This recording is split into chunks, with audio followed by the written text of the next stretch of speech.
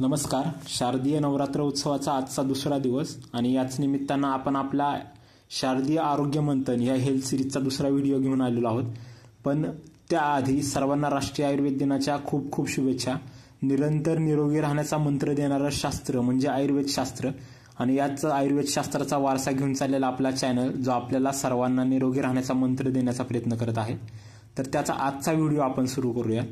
काल आपण बघितलेलं की शरद ऋतू यामध्ये येणारा शारदीय नवरात्र हा उत्सव आणि त्यानिमित्ताने निरोगी राहण्यासाठी काय खाणं आणि काय न खाणं गरजेचं आहे आपण आपल्या व्हिडिओमध्ये कालचं सांगितलेलं आणि शेवट सांगितलेलं की शारदीय नवरात्रीच का 9 दिवस का नाहीत हे आपण उद्या पाहणार आहोत. आणि तोच आजचा आपला विषय आहे की शारदीय नवरात्री म्हणजे काय आणि नवरात्रीच असं का म्हटलेलं आहे.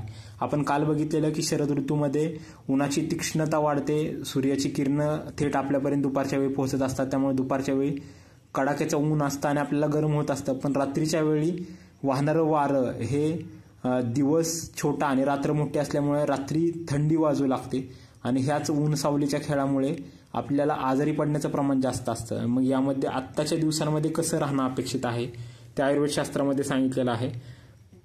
तर आयुर्वेद शास्त्र सांगतं की या दिवसांमध्ये सूर्यप्रकाशामध्ये थेट थांबणं किंवा जाणं टाळावं, कारण की ही गोष्ट आपल्या शरीरामध्ये उष्णता आणि पित्त वाढण्यास कारणीभूत ठरू शकते.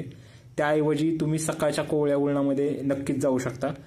पण याचबरोबर अनेक जणांना सकाळी फिरायला जाण्याची सवय असते, पण या दिवसांमध्ये सकाळी धुके पडते आणि या धुक्यांच्या किंवा दव्याच्या वेळेमध्ये फिरायला जाऊ नये, कारण की ती जी ह्युमिडिटी आहे ती आपल्याला आजारी पडण्यास कारणीभूत ठरू शकते. शरीरामध्ये थंडावा रात्रभराचा वाढलेला असतो, त्यामध्ये तुम्ही धुक्यात जाणं हे अजून तुम्हाला आजारी पडण्यासाठी प्रोन करू शकतं, म्हणून ते टाळावं. आणि त्याचबरोबर पूर्वेकडून येणारं वारं ह्या गोष्टीला टाळावं, कारण की या दिवसामध्ये पूर्वेकडून वाहणारं वारं हे थंड असतं, ते टाळावं. त्याचबरोबर दिवसात झोपणं टाळावं.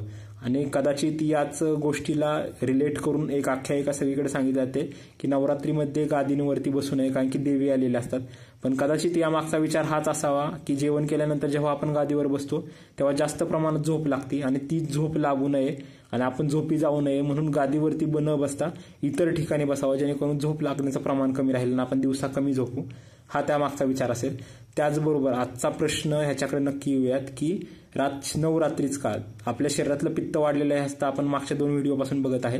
पण रात्रीचं जे चांदणं असतं त्या चांदण्याच्या शीतलतेखाली जेव्हा तुम्ही बसता तेव्हा शरीरातील पित्त कमी होण्यासाठी मदत होते आणि म्हणूनच सर्वांनी बाहेर पडावं, या चांदण्यामध्ये यावं, म्हणून नवरात्री साजरी केली जाते. त्याचबरोबर कोजागिरी ही साजरी केली जाते.